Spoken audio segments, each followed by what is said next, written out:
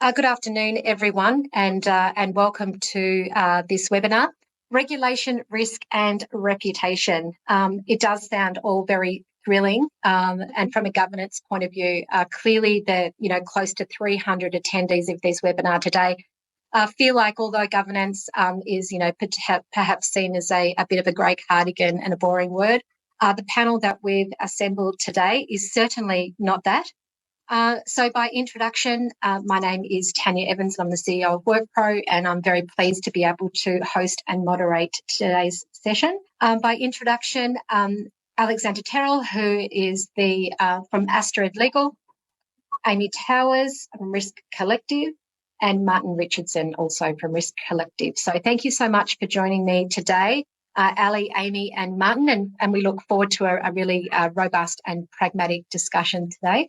So workforce compliance, it's currently being driven by three major factors. One is regulation, the other risk, and the other reputation. And having spoken with Ali and Amy and Martin leading up to this session, clearly this is not going away. So today the topic is going to relate to those really key three topics and those drivers. So whether you're managing onboarding, whether you have a work health and safety responsibility in your organisation, or even workforce engagement, this topic is going to be one that is going to be interesting for you for at least the next 12 months. Before we get started, as I said, this session is being recorded today. Because we have so many people on this session, please, if you have any questions at all during either each of the individual perspectives or even in our live panel today, that's the two segments that we're going to take, just drop your questions into the chat. We will try and get to them during the session, but if not, we will try and answer those questions and, of course, send out the recording and the answers to those questions post-event. So let's get started. First of all, like I mentioned, we're going to take two approaches to today. We're going to take a segmented or a perspective from each of the speakers today, and then we're going to go and open that up to a live panel, and I'm going to ask some of the hard questions based on the things that we've spoken about earlier: regulation, risk, and reputation. So first of all, Amy, I'm going to pass the baton to you. So by introduction, Amy, for close to 20 years, has been working with various industries with a very specific focus around strengthening safety frameworks.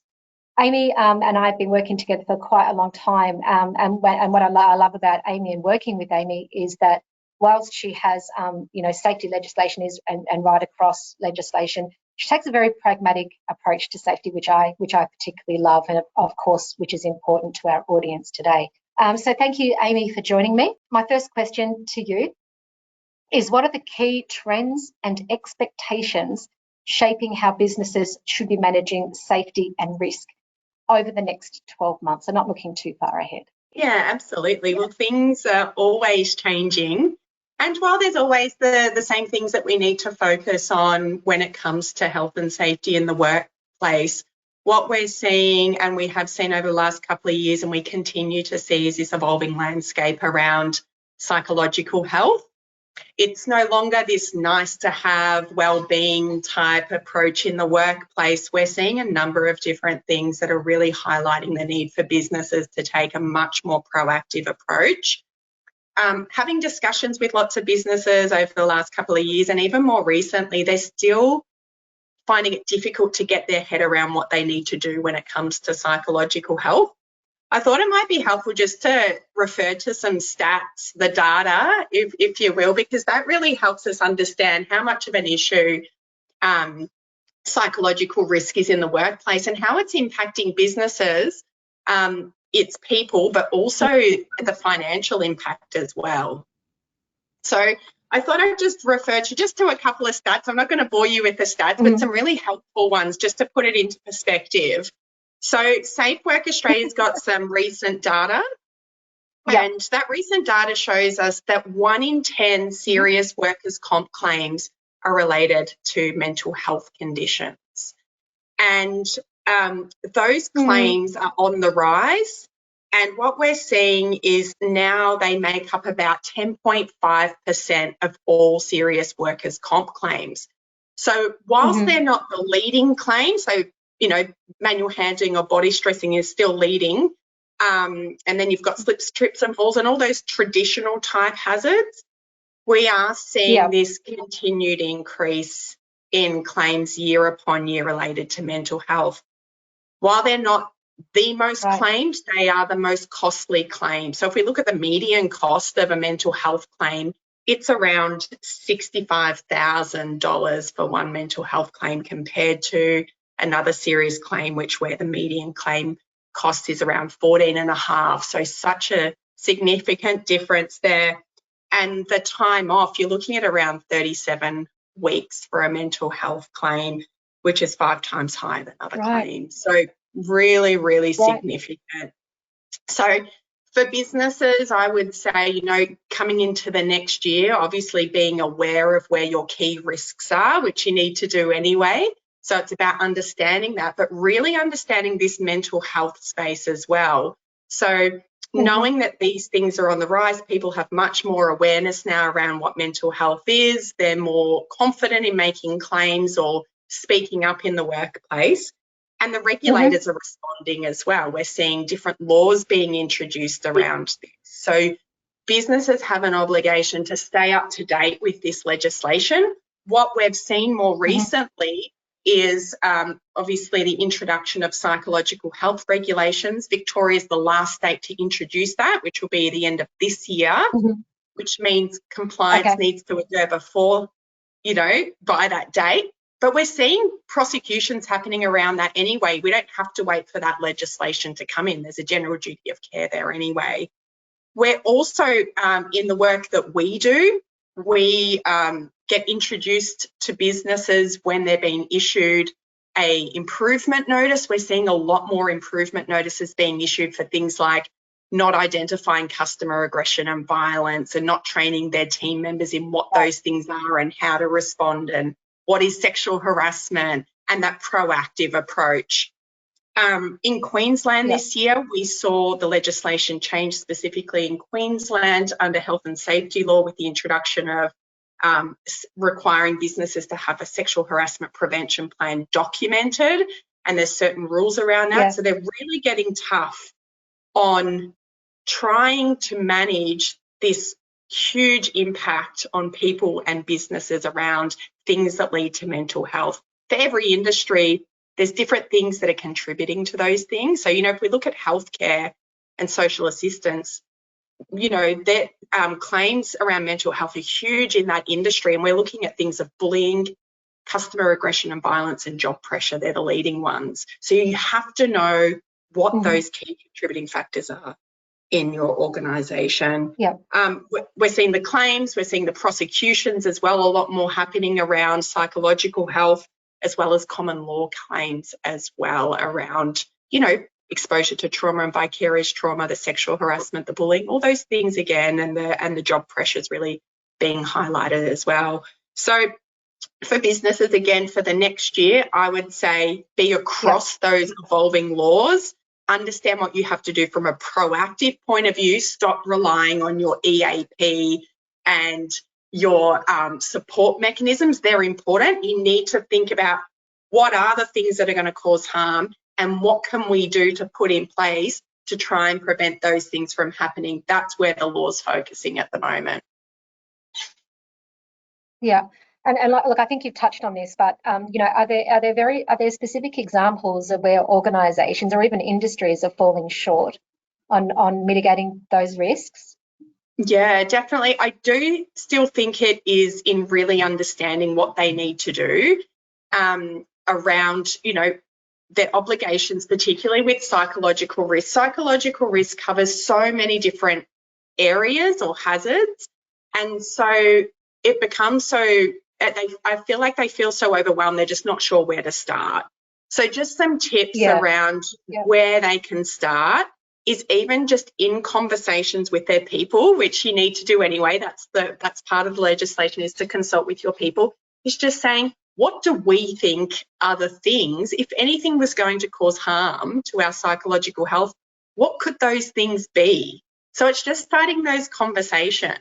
And then they might throw out, maybe it's customer aggression and violence, maybe it's workload, maybe it's, being exposed to sensitive material, which can cause vicarious trauma. There could be a whole range of different things. It's then collecting that information and continuing the conversation and then saying, okay, well, now what can we put in place to help us prevent those things? So using the workforce to help identify and then coming up with some ideas around that approach. Like, businesses are obliged to do that. Again, it's not a nice to have. So if you're not sure where to start, just start those conversations in your team meetings, or it could be, you know, any other communication forum you have with your people, where you can start those conversations happening. You can even use, you know, case law. You can use that data that I just referred to as a bit of a, here's some information that we've come across. Let's start the conversation in our workplace to identify where these things could come about.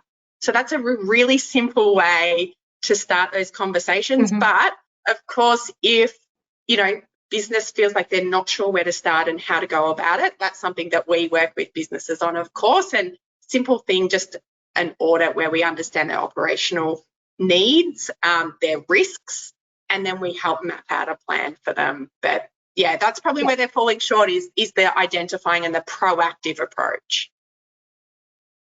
Yeah, understand. And prior to perhaps reaching out to you and your team around an audit, you know, maybe there's some checklists and there's some reference material that I can get access to, which would allow them to almost, you know, internally, you know, start, you know, working through that prior to getting yourself and your team involved. Absolutely. There's so much information. There is so much, and that's probably a cause for stress too, right? The regulators have produced so much great guidance material. It's there. It's just about knowing where to find it. So you can jump on any of the state-based regulator websites. Obviously, WorkPro's got information as well. But any of the state-based regulator websites, they've got code of practice around managing psychosocial risks, at least the most common 14. It gives you tools and tips, and there's online videos. There's so much available to you. So that's where I was saying, start the conversation with your people. Those resources are there. It's a matter of starting as well. It's just starting. Yeah, that's it. Yeah. And I have one last question for you. I know there's very dispersed workforces today. And so managing psychosocial risk in a very dispersed workforce, and again, I love working with you because you're so pragmatic in the way that you go about your work health and safety. Is there any, just in short, is there any couple of tips about how you would manage psychosocial risk for dispersed workforces? Yeah, so for dispersed workforces, you know, even having a dispersed workforce or remote and isolated work is identified as its own psychosocial risk. So,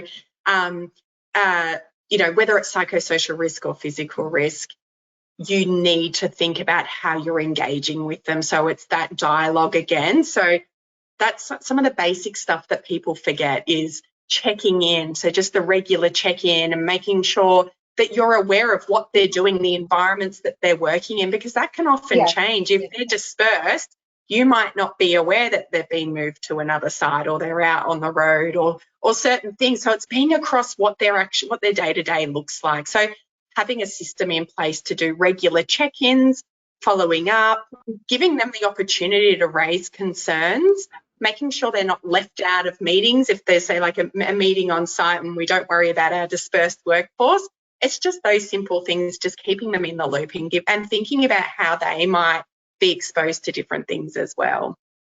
Yeah. No, thank you. I'm going to switch tack now. I'm going to the law. I'm going to my friend Martin Richardson. So thanks so much for joining me, Martin. Martin is the director of Legal for Risk Collective. Again, Martin and I have known each other for a long time, but importantly, Martin has had a very vast a range of experience across a number of industries. Again, someone who I love working with because he's very pragmatic in his approach to commercial law. He works very closely with customers relating to around compliance gaps in particular. And I know, Martin, you're very passionate. I want to say passionate, it's an interesting word, about helping clients identify things that may be overlooked, particularly around contracts, right? I guess my first question to you is, with such vast experience, the legal risks as it relates to governance blind spots. What do you believe are the most common, particularly in contractor-heavy environments? Yeah, thank you, Tanya. My contracts are so boring, right? People will say, and what's it's so in them? necessary. No, there's context or there's method to my madness here. And I think compliance as a word is also something that comes with connotations. But listening to Amy then and reflecting on my experiences, not only with Risk Collective in my own business, but in corporate environments before, and it's shared responsibility. That is a blind spot. And particularly if we're talking about, a lot of my clients are recruitment agencies, and so we're dealing with large volume recruitment and large contracts, and then those who are contracting for those services. The law is now and compliance is now imposing, whether you like it or not, or surfacing shared responsibilities around everything we're talking about today. And when I see contracts, they don't necessarily reflect shared responsibility. Often contracts are a bucket of all the bad experiences a purchaser of services has had, right? So everything gets thrown into the mix, and then you'll have a contract which will have legal terms, and then you'll have a schedule at the back, or schedules, and the commercials will build into the schedules, and all those bad experiences and other things that the line managers or procurement want in a contract or in the schedules, and then they're divorced from the legal terms, and you end up with a disconnect around, well, in actual fact, this is a partnership and shared responsibilities, whether you like it or not. But ultimately, the success or failure of a contract and service delivery is about recognizing those shared responsibilities. So I would say that's a blind spot, because implementation becomes a blind spot, because contracts don't align what is being delivered or what is expected to be delivered. And if I'm a recruitment agency, if I put that hat on, often the contracts are all different. Every contract is different from a client. And what is being asked to deliver isn't necessarily going to align with your standard delivery processes around how you've set up your recruitment agency. So how do you respond to that? Do you respond to that? Do you sign the contract and put it in the top drawer or the bottom drawer? I hear that all the time, right? But that is an implementation. That is winning business, but doesn't necessarily mean you've won good business. For the client, well, do you understand what needs to be implemented? Do you understand what you're asking for? And can that be delivered by the service provider that you're engaging with? Because contracts are just words, and it's nice to get them signed off, and there's processes that require it to be signed off. But if it just gets put in the bottom drawer, in many ways, those two parties are setting themselves up for mediocrity in service delivery. I won't say failure, because failure is catastrophic, but you end up in that situation, right? So I think that is a massive blind spot, and that then feeds in, I would say, in real terms, data, which seems odd, but then you have a lot of data around contracts. You have a lot of data sharing, and if people don't understand the shared responsibilities around data and ownership of data and what that looks like, and where privacy and collection of data intersects in organizations, that becomes a risk that maybe contracts should be dealing with and aren't dealing with, and people don't think about that. They just assume everyone's got that under control. And then the last one would be onboarding, because then if you're going into a high volume recruitment process, compliance can be seen as getting in the way of hiring, whether it's one person or 100 people. So then you end up in a situation where if you have a set and forget mentality, or you have, that's right, we signed the contract, let's get on with it. And that's when compliance gaps and blind spots appear, because the onboarding process isn't robust enough to be able to deal with changes in legislation and compliance and expectations. And so, in your experience, for the audience, what would be a couple of key recommendations of how to overcome and work to make sure the right contracts are in place at the right time? Great question. I would say don't negotiate without having the contract to negotiate on. So often what happens is the commercials are being negotiated, and pricing, delivery, whatever those expectations are will be negotiated. Oh, then by the way, here's the contract. So then we're setting up a negotiation after a negotiation. Everyone thinks the negotiation is complete. Oh, that process requires you to sign the contract as is, take it or leave it. Whatever that message that's being delivered to a service provider, and often the people, both parties don't actually understand what's in that contract. So you end up with this siloed negotiation, which is no good for anyone, because one party might be accepting risk that they shouldn't be accepting, i.e. the service provider. Or trying to contract out of that, right? Contract out of risk, or it's going to impact service delivery down the line, because ultimately there's going to be an uh-oh moment of going, oh dear, this contract kind of sets us up for all these things. We thought we negotiated a great deal, it's not a great deal, and we want to exit, right? And we see that time and again, where great contracts end up in being bad contracts, and a service provider wants to exit, and that can cause severe disruption. So don't silo. That would be the first thing. Don't silo. And the second thing would be, make sure that you don't set and forget around your compliance obligations. It's not a job that gets done once. It requires processes, training, tech. It requires all those things to ensure that the compliance remains steadfast. And is there a schedule, like almost a time frame? When you say set and forget, we can all be guilty of that, right? If business is going really well, you're just sailing along, there's never be any contractual issues. But obviously we need to make sure that there's a framework in place and that they are regularly being revised as well, because contracts can change because the law changes, as an example. And I understand, when laws change, that might be the trigger point, that you go back and you review those terms or your contract template. But in your view, is it an annual review? Is it a biannual review? Have you got any recommendations for our attendees? Well, firstly, make it a review. So that would be the first thing. So actually document it. Now, how you wish to document it and put that into your own processing, when you review your pricing, when you review everything else in your business plan, it should be forming part of that. I would say there's no rule of thumb except employment law, and Ali will join in on this. Employment law changes so regularly at the moment, that should be a minimum 12 months. And I think other things are probably, and health and safety would be a minimum 12 months. So I don't see any problem with saying we're putting that into our process every 12 months, and let's hope it's a quick process. Let's hope there hasn't been changes, but ultimately we've done it then. Could be right. Yes. Yeah. There are so many other processes. So I was just to reiterate that point, there's so many other reviews happening. This just forms part of that overall business review. Yeah, and I'm sure you have seen the good, the bad, and the ugly. I'm sure you've done this with people who have presented you with contracts who may have found themselves in a difficult situation. And that's when you don't want to get involved. From your perspective, you want to get involved early to make sure that the contracts are placing everyone, as you said, a shared responsibility, in the best place possible to do good business, right, and mitigate risk. That's right.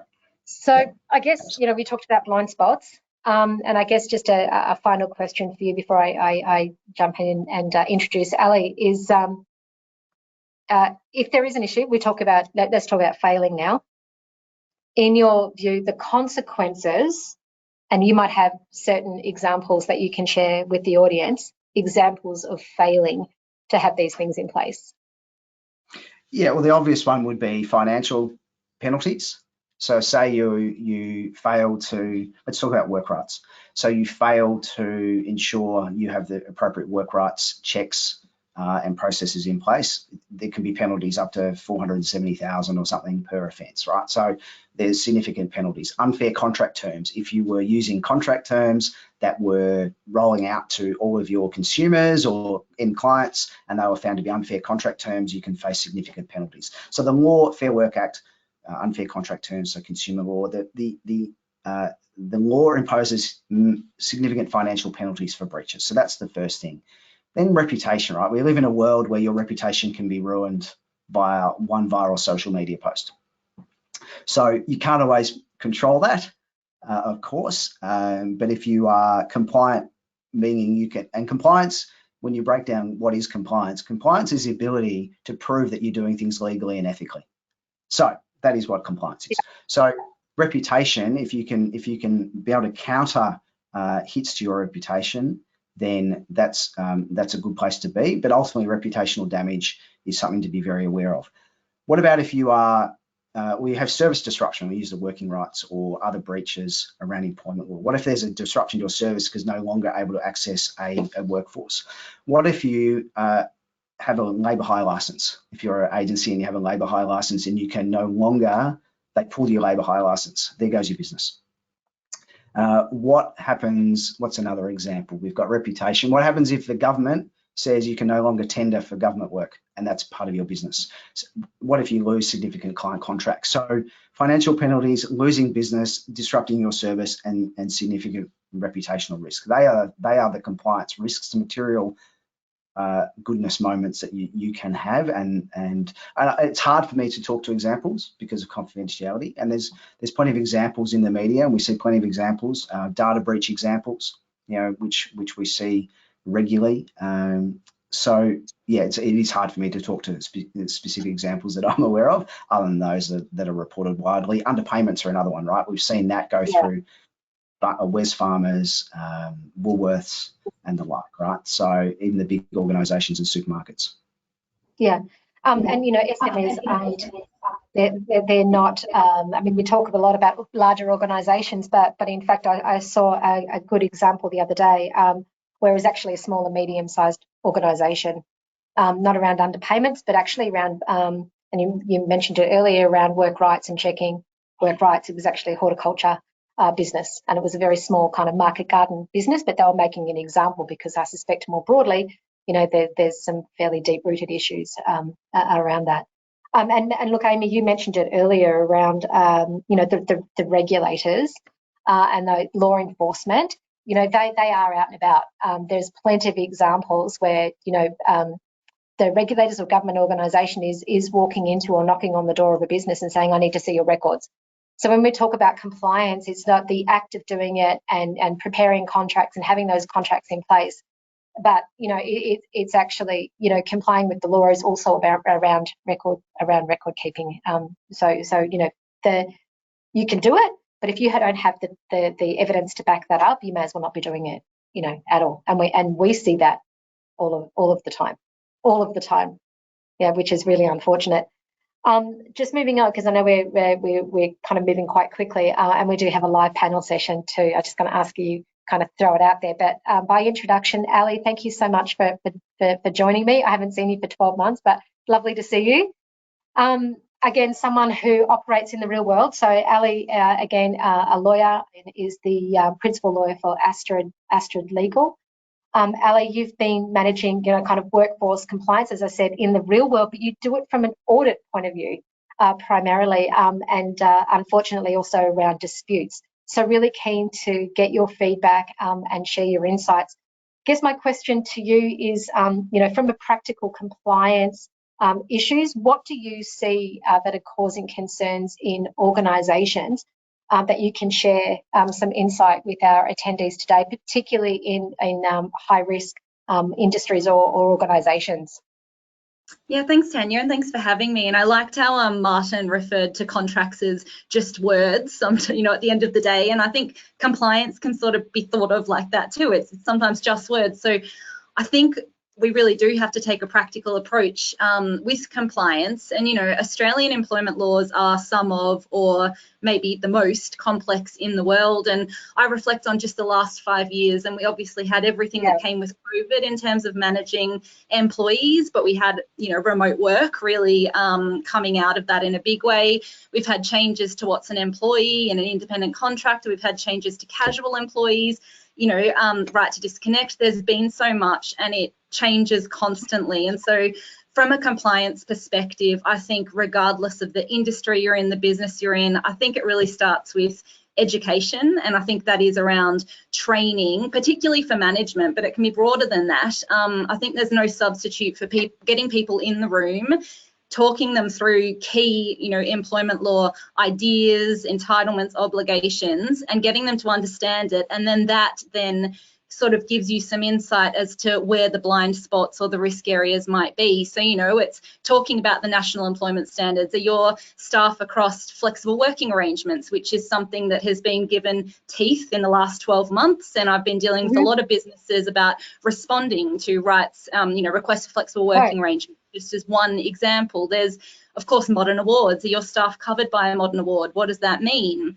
What happens if someone makes a complaint in your workplace? How do you manage that? You need to be careful that you don't take, adverse action because of it. I think that's really where it starts for me, so you can get people in the room, get everyone thinking, and out of that have a heap of action items around where we might have some compliance risks and what the compliance steps really are from that point. And then you can sort of get more specific around whether it's record keeping, you know, that if you have clerical employees, which I'm sure lots of people do, there might be obligations for you to be recording if they're working overtime, even if you're paying them a salary. So lots of things like that might sort of come out of getting everyone in the room and talking to them about just basic entitlements and obligations, and then, like I said, sort of narrowing in and figuring out where some hotspots might be.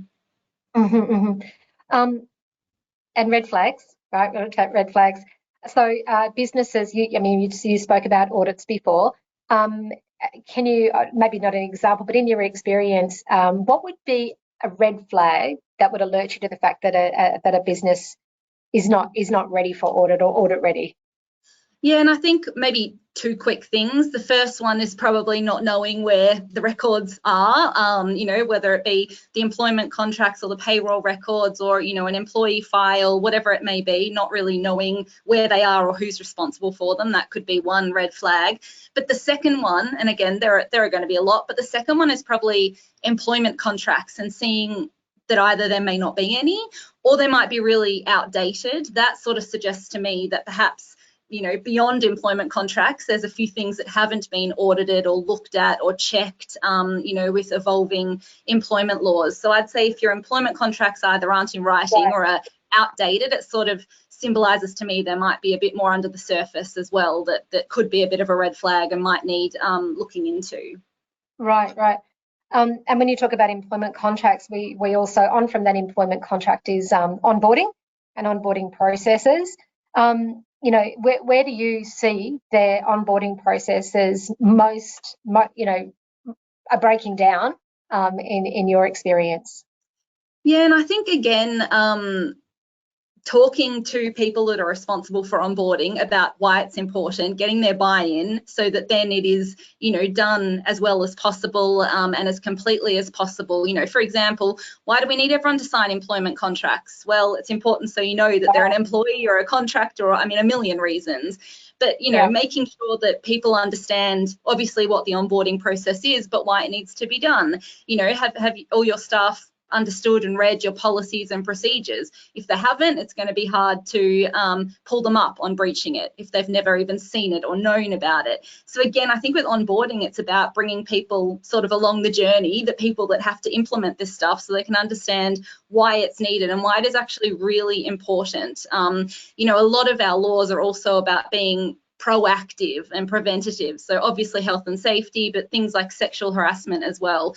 Being proactive and getting things as, you know, good as possible right up the front is going to prevent a lot of the issues that I see. I unfortunately only see when things go wrong, which allows me to sort of pick apart, I guess, you know, how it might have been able to be prevented at the start. So again, I think it's really explaining why and what the process is.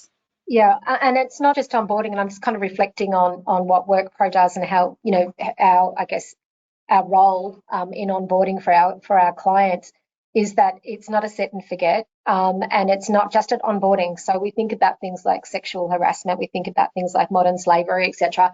You know, even you know, the information or policies and procedures or training that you're providing your staff is not a set and forget. You know, it almost is, you know, very similar to contracts.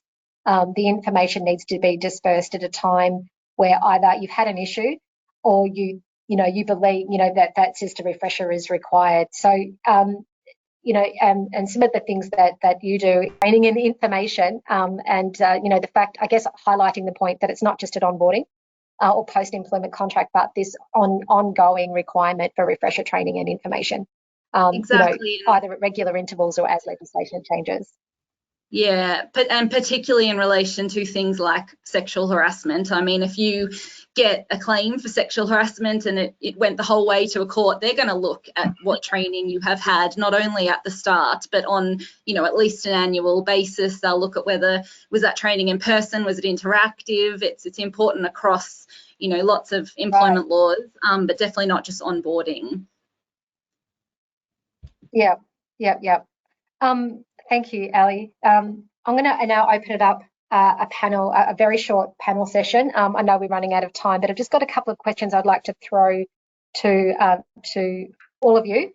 My first question is the top 3 things that businesses should be prioritising, ideally before the 1st of July, but not long after, to strengthen compliance programs. Who wants to go first? I'll kick it off. Yeah, don't rush. Sorry, Martin. You go. I'll go then Amy, then Ali. I'll pick one. Ali's already mentioned it, but I would say paperwork. I think there isn't long before 30 June, and there's an opportunity to dig out your paperwork and have it health checked or audited, either internally or by external providers. Your employment contracts, your standard terms, privacy policy, anything else that you're using regularly, worth just pulling the paperwork out and getting that reviewed and up to date. Ali, Ali, is there anything to add to that?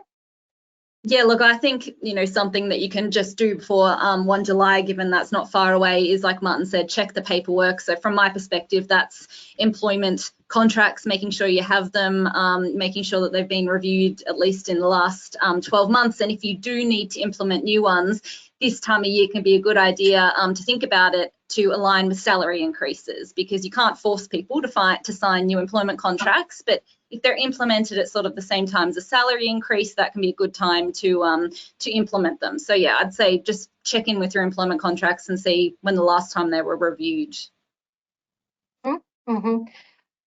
My next question, unless Amy, you've got something to add to the 1st of July from a work health and safety point of view. Oh my God, we could have a whole other session related to this. I know. Well, I was going to obviously say, yes, reviewing your policies and procedures. I had a client that came to me, an old client, I must say, this year, who said, we engaged you 13 years ago. And I said, okay, so how long has it been since you reviewed this documentation? She's like, this is our first review since then.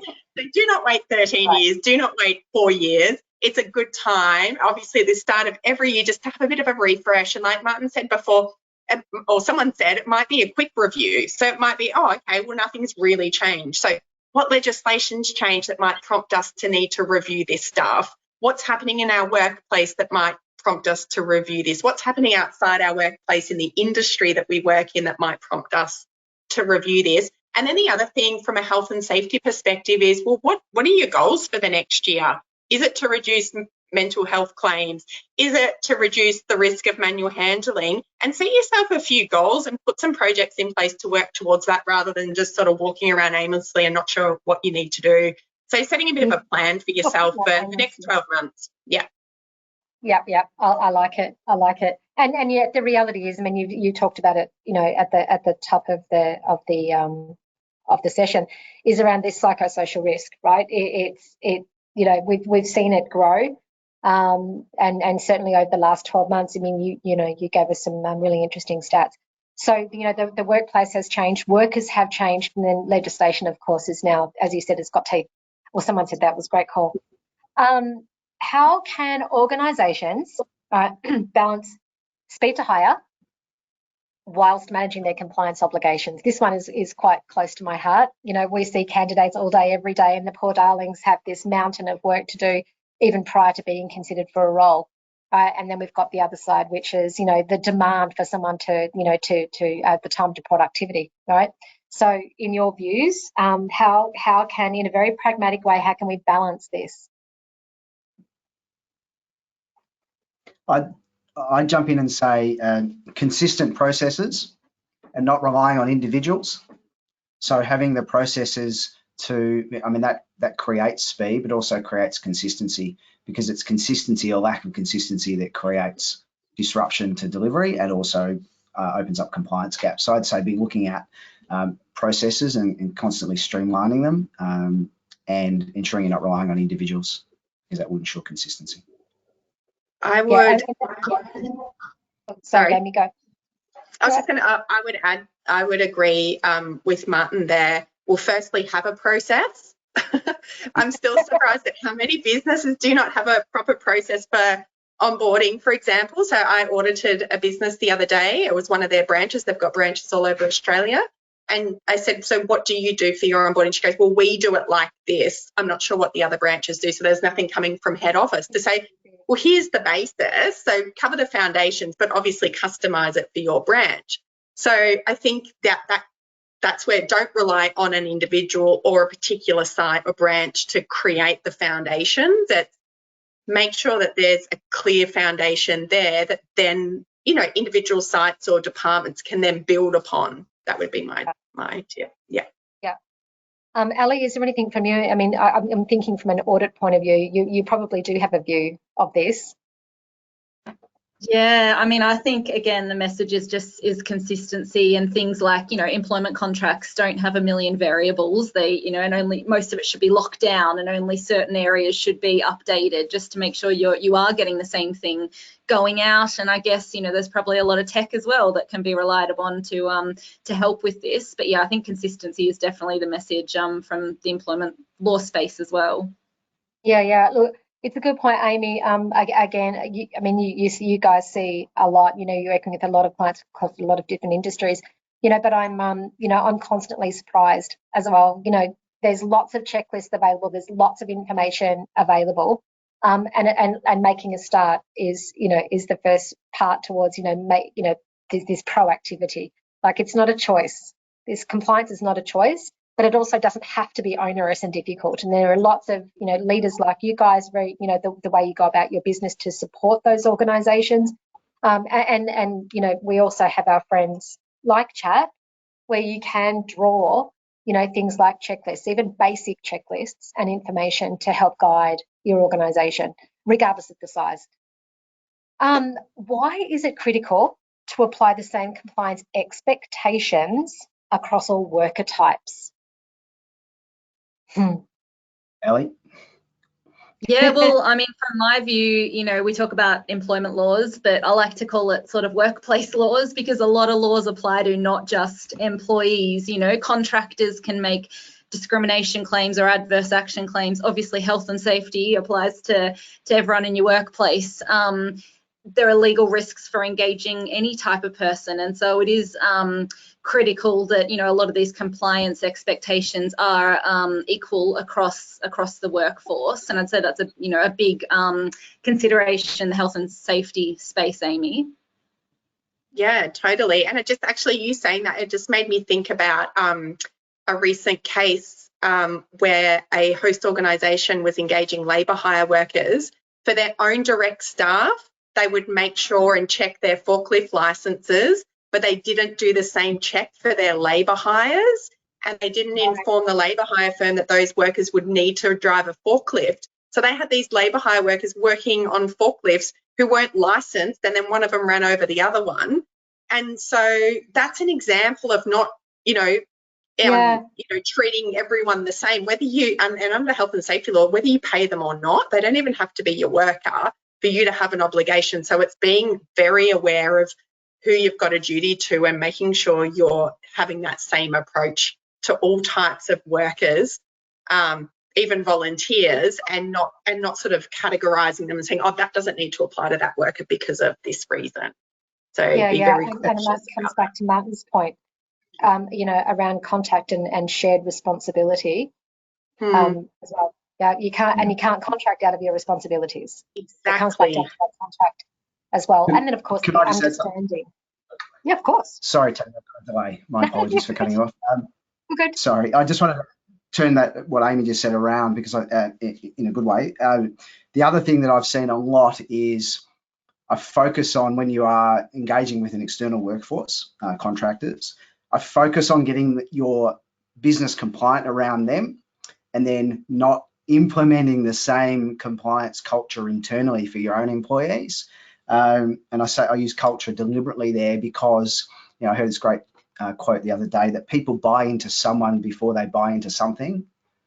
So if you can demonstrate that level of safety, compliance, ethics internally, that then will feed through your organisation to external. So no one's trying to do anything wrong, but there's often a focus on we've got to get all this right, and we're overwhelmed. We've got all these obligations to our broader workforce, or our our on-hire workforce, or our providers through our supply chain. But what about our internal employees? Yeah, and that comes back down to safety culture. Right, it's just the way we do things around here. And again, I'm not going to go into that here because that's probably a whole other webinar around the importance of safety as just part of your embedded culture. But I'm going to leave that there. That's probably all we have time for today. So first of all, thank you, Ali, Amy, and Martin for joining the session today. And of course, all of those attendees that took time out of their day to participate. Hopefully you've learned something. It may reinforce something. But either way, thank you for spending the almost hour with us, and thank you again, guys, for joining me. And I look forward to sharing the screen with you in the not too distant future. All right, enjoy your time, guys. Bye. See you. Bye-bye. Bye.